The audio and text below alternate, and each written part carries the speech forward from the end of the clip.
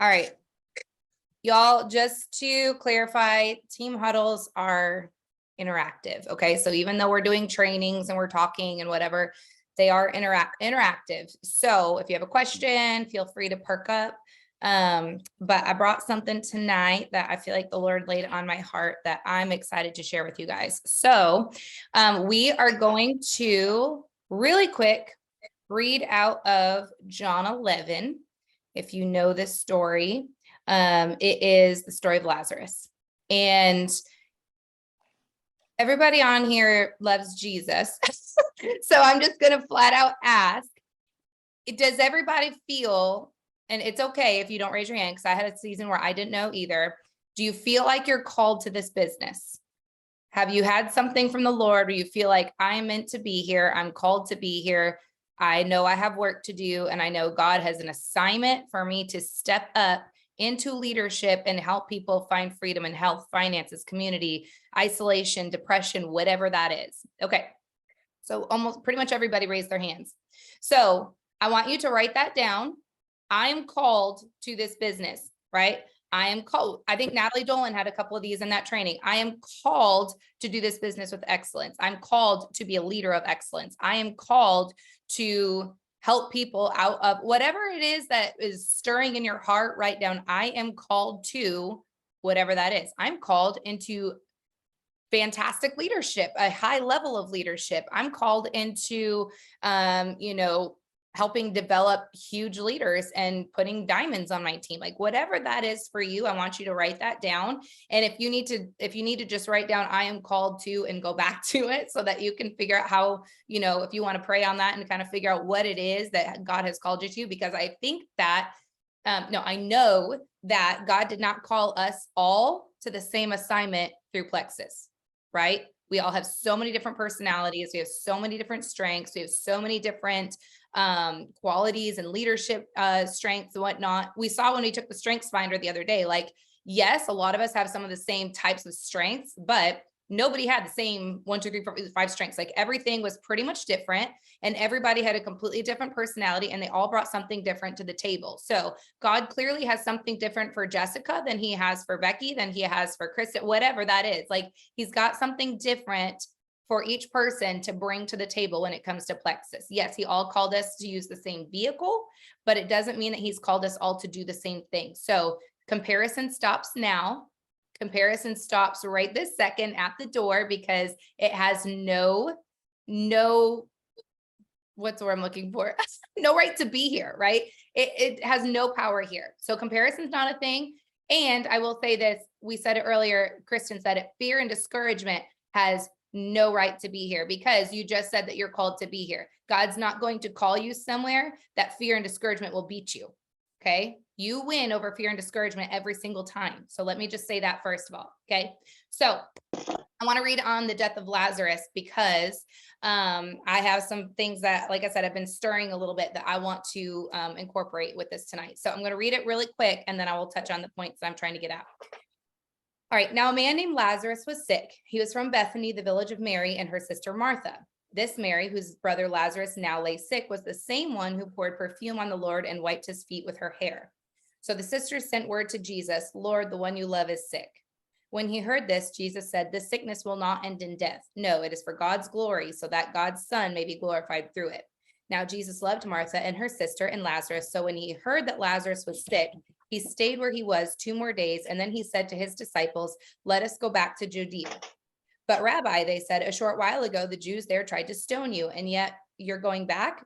Jesus answered, are there not 12 hours of daylight? Anyone who walks in the daytime will not stumble, for when they see by this world's light. It is when a person walks at night that they stumble, for they have no light. After he had said this, he went on to tell them, our friend Lazarus has fallen asleep, but I'm going there to wake him. His disciples replied, Lord, if he sleeps, he'll get better. Jesus had been speaking of his death, but his disciples thought he meant natural sleep. So then he told them plainly, Lazarus is dead, and for your sake, I'm glad I was not there, so that you may believe, but let us go to him. Then Thomas, also known as Didymus, said to the rest of, what is it? Didymus. I said that right. Look at me. Said to the rest of the disciples, let us also go that we may die with him. On his arrival, Jesus found that Lazarus had already been in the tomb for 4 days. Now, Bethany was less than 2 miles from Jerusalem, and many Jews had come to Martha and Mary to comfort them in the loss of their brother. When Martha heard that Jesus was coming, she went out to meet him, but Mary stayed at home. Lord, Martha said to Jesus, if you had been there, my brother would not have died. But I know that even now God will give you whatever you ask. Jesus said to her, your brother will rise again. Martha answered, I know he'll rise again in the resurrection at the last day. Jesus said to her, I'm the resurrection and the life. The one who believes in me will live even though they die, and whoever lives by believing in me will never die. Do you believe this? Yes, Lord, she replied. I believe that you are the Messiah, the Son of God, who has come into the world. After she had said this, she went back and called her sister Mary aside. The teacher is here, she said, and is asking for you. When Mary heard this, she got up quickly and went to him. Now Jesus had not entered the village yet, but was still at the place where Martha had met him. When the Jews who had been with Mary in the house, comforting her, noticed how quickly she got up and went out, they followed her, supposing she was going to the tomb to mourn there. When Mary reached the place where Jesus was and saw him, she fell at his feet and said, Lord, if you had been here, my brother would not have died. When Jesus saw her weeping, the Jews who had come along with her also weeping, he was deeply moved in spirit and troubled. Where have you laid him? He asked. Come and see, Lord, they replied. Jesus wept. Then the Jews said, see how he loved him. But some of them said, could not he who opened the eyes of the blind man have kept this man from dying? Jesus, once more deeply moved, came to the tomb. It was a cave with a stone laid across the entrance. Take away the stone, he said. But Lord, said Martha, the sister of the dead man, by this time there is a bad odor, for he has been there 4 days. Then Jesus said, did I not tell you that if you believe, you'll see the glory of God? So they took away the stone. Then Jesus looked up and said, Father, I thank you that you have heard me. I knew that you always hear me, but I said this for the benefit of the people standing here, that they may believe that you sent me. When he had said this, Jesus called in a loud voice, Lazarus, come out. The dead man came out, his hands and feet wrapped with strips of linen and a cloth around his face. Jesus said to him, take off the grave clothes and let him go. I think this can relate to so many things, but obviously for the sake of team and Plexus, and this is why we're here, and we're here to grow a business. I want to relate this to our teams and our businesses and what we're doing here. Okay. I have had so many seasons where I felt like my business was dead, right? You get to a place where you're like, there is no movement. I have run out of people. I don't know what I'm doing. I know that the Lord called me here, but I feel like I have failed him. I don't know what's happening. And I've prayed and God's just not showing up. And I feel like we've had Lazarus seasons in our businesses, right? We've all been there. We've all had them. And there's just a point where you need to bring something back to life. Okay. So there's something in your business that you need to be bringing back to life. Okay. So a couple things that I want to touch on. My first one is in the beginning, he says, this sickness will not end in death. He said that right from the beginning, right? So it's funny because I feel like there's a time where God has promised me something and then it looks like the promise has fallen through. But Jesus was going to do something greater than he had ever done in his life. Right. So let's just think on that for a minute. He said something that made sense.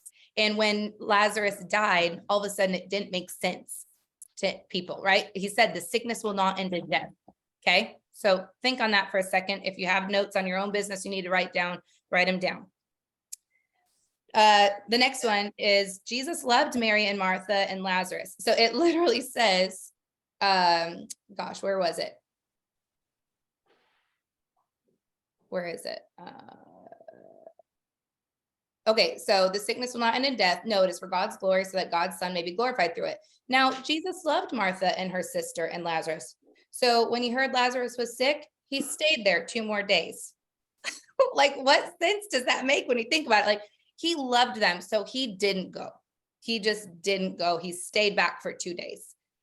Like, if you really study scripture, you're looking at this going, what does that even mean? He stayed 2 more days and then said, let's go to Judea. That stuck out to me. Okay. So he stayed 2 more days because he loved Mary and Martha and Lazarus. So that just, let's think on that for a second.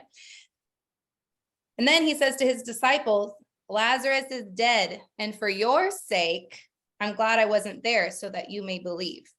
So you start to get at this point that like Jesus loves and cares so much for the people around him that he wants so badly for them to believe in what he can do, that he's being so nonchalant about this. And it's like, he stayed 2 more days because he loved them. And for your sake, I'm glad I wasn't there to heal him, because I'm about to do something really cool, like for your sake. Like, it's almost like Jesus couldn't have helped but to heal him from sickness in that moment. So for your sake, I'm glad I wasn't there, so that you believe. That really stuck out to me tonight too. Then Martha runs out to Jesus in the village, and oh my gosh, if you had been there, my brother wouldn't have died. He says, I'm the resurrection, whatever. And then she runs back to tell Mary. And then it says Jesus stayed where Martha met him and waited for Mary to go and meet him there. Instead of following Martha back to the house, Jesus stays where Martha met. So again, it's like, what are you doing? Go. If you're back in that time, you're like, what is happening here? And he stayed. The next part shows that Mary runs to Jesus, and now all the Jews are following Mary, and now they're witnessing this whole thing where he's saying, I'm the resurrection and the life, and where did you lay him? And so they all are starting to witness this as well. And they're saying, wow, he really loved him. Can he not do this? And so now he's gathered a crowd, right? Before it could have just been this silent little thing, no big deal, whatever. But now he's gathered a crowd, and he's let this thing go to a place where it's going to take some strong belief, and you're going to have to see this to believe it, because he's about to do something he's never done before. And so then Jesus wept. And what I love about this is I think it shows that he allowed himself to weep in that moment because he wanted them to see that he really cared for Lazarus. He loved Lazarus. He didn't let this go because he didn't care about Lazarus. He loves Lazarus. He loves Mary. He loves Martha, and he's weeping, right? So that was his way, I believe, of showing everybody, like, this is not lost on me, what depth this hits people. And this death is very hard on a lot, and death hurts, and it's not lost on me. I'm weeping with you all, and I want you all to know how much I care about him. I didn't come because I didn't care. And then he calls Lazarus out. And what I love about this is it doesn't say Lazarus came to life and came out of the tomb. It says the dead man came out, and then he was still covered in cloths. And then he said, remove the cloths. And then, we know Lazarus lived a life after that. So a few things I want to point out with this, like I said, is your business. Where are you in your business? What is Jesus trying to show you in your business? What is the Lord working on you, in you? Is it your belief? Is it your belief that he needs to show you and he needs to bring back to life in you? Is it your belief?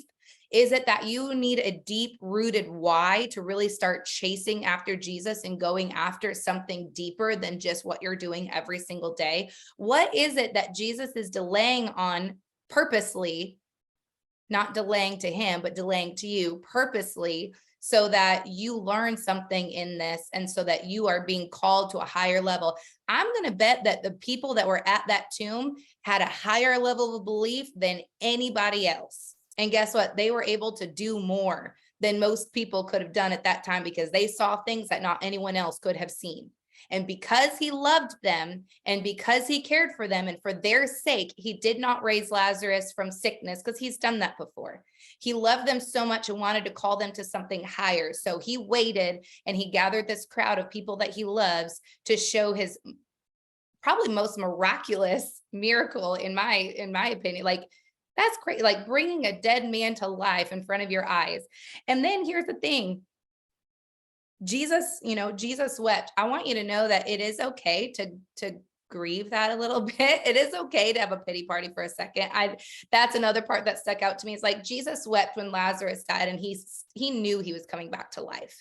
So if you're going through a season where you're having a hard time, it's okay to feel that. It's okay to feel that. And I would encourage you to process that with your sponsor, process that, okay, with your husband or whatever, your best friend, but process that with your sponsor, so that whatever you're feeling in that moment, you can get those feelings out, because they're valid. Your feelings are valid, and what you're going through in your business is valid. So I want to encourage you to weep over it for a minute, in a sense, right? Weep over that. It doesn't have to be physically. If you want to physically weep, that's fine. I cry about my business all the time because I genuinely care about my business. Okay. If you had a heartless and if you were heartless and you had no emotion when it came to your business, I would worry about if you even cared about it. Okay. So, but if you can get emotional and be like, man, I am not moving and I'm frustrated about that. That shows me that you care on a level and you're wanting to break through something. And I want you to voice those frustrations because that shows that you care. Right. So it's okay to weep. It's okay to be in that moment. Natalie, can I make a point that Yes. keeps coming to me as you talk? Yeah. I love this story because there's some cool things, like the reason that, like, I guess one teaching I've heard about this story that I think is super cool is that it was customary back then, and you'll see it. I mean, even when Jesus was put on the cross and then put in the grave for 3 days, it was customary for them not to consider someone dead, really dead, until after 3 full days. So what he was doing was proclaiming that this was like, I am God and God's going to get all the glory for this. You're not going to be able to explain this away with science. You're not going to be able to explain this away with like, oh, he just wasn't actually dead yet. I'm going to raise him from the dead.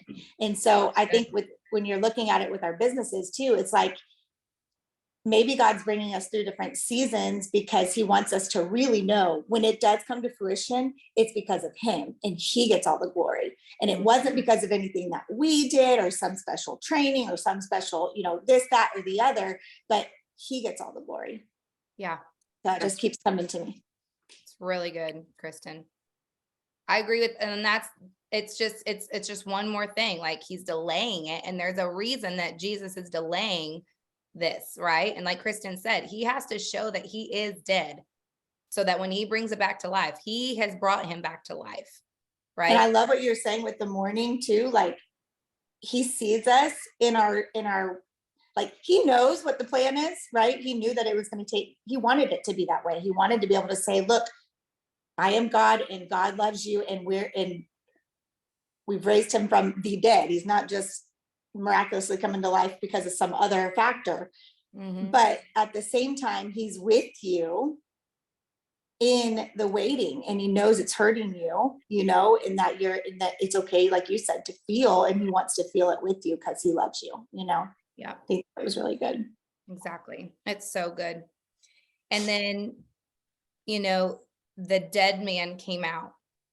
And that to me is like, there's going to be times that whatever that is that God needs to revive in your business, it's not going to be an overnight fix.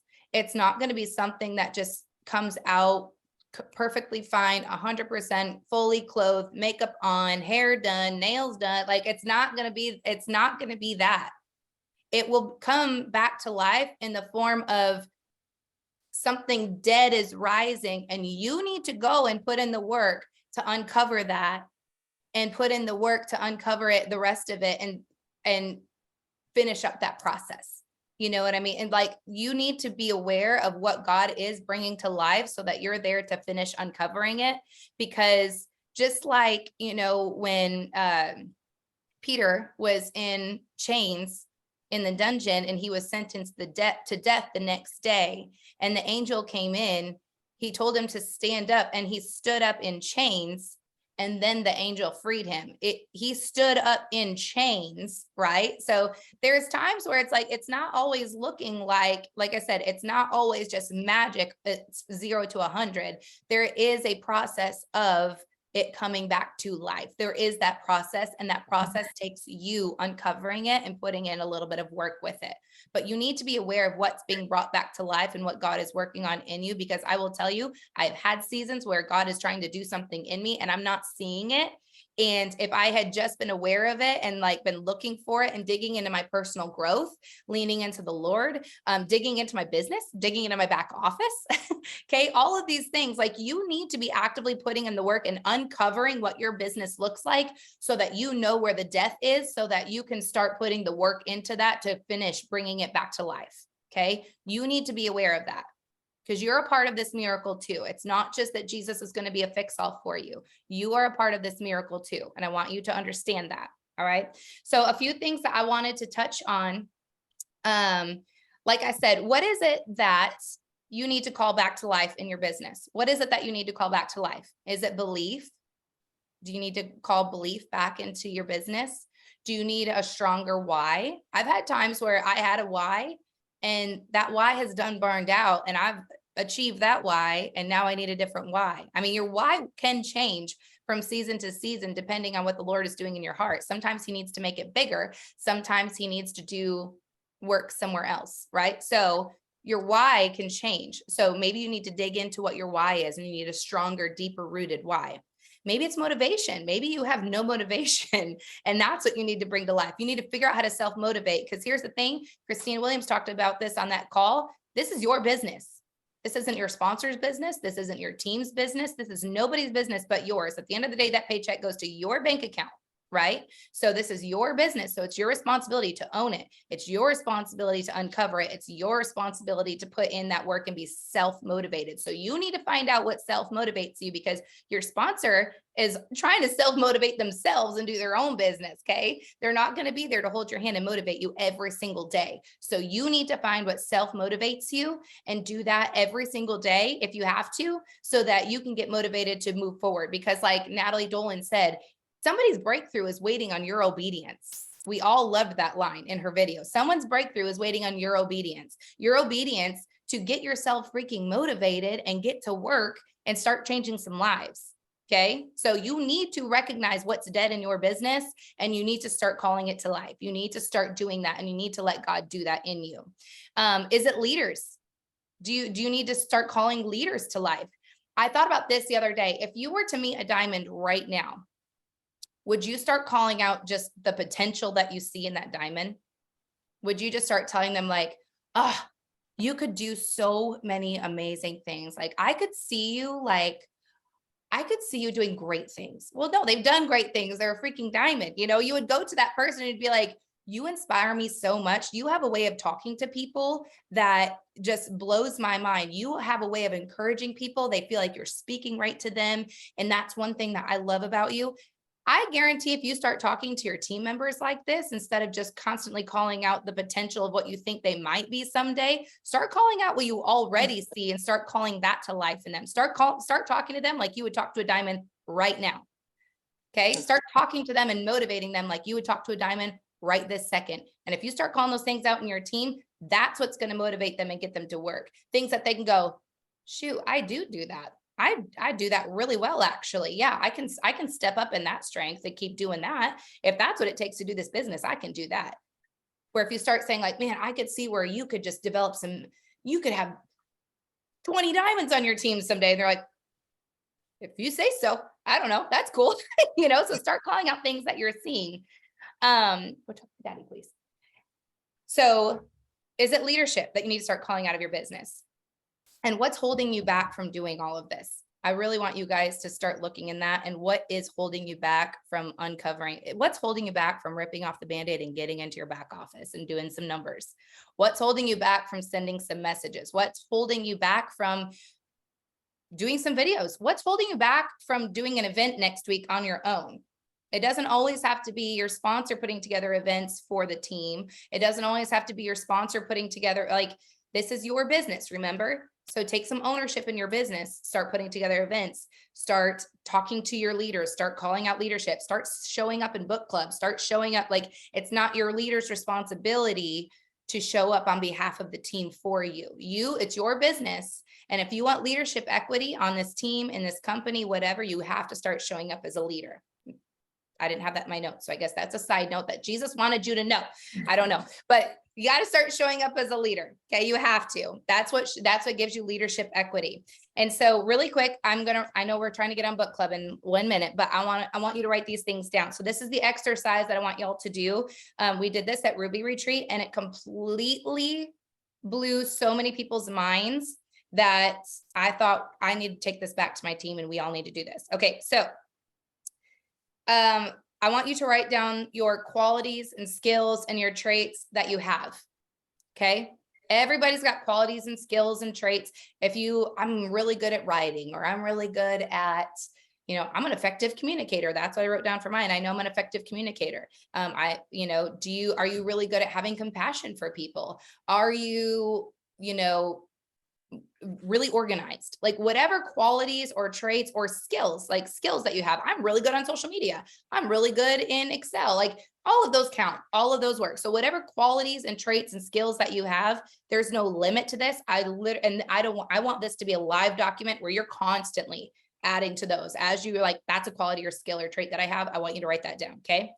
The next one is, how can those be used as an asset in your business? How can those qualities or skills that you already have and already possess be used as an asset? This is us calling to life some things that we already have that maybe we're not putting into action, okay? How can they be used as an asset? And write those down. So if you're, like I said, if you're a really good writer, start writing your story. Start helping people, other people write their stories. That's a way it can be used as an asset. See what I'm saying? So this is what I mean by like, how can my qualities or traits or skills be used as an asset? If I use these assets, that's the next thing I want you to write down. What could the impact be? If you're using these assets, what's the impact that you can have on people?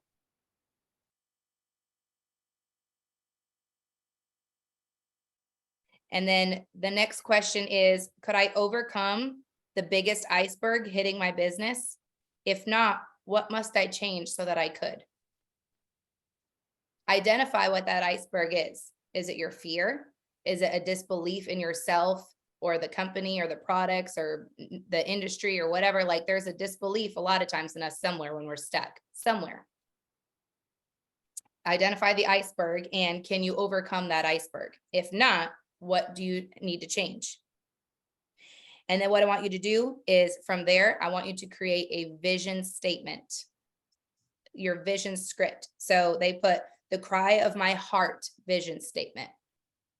So you're going to basically develop a vision statement out of this for your business.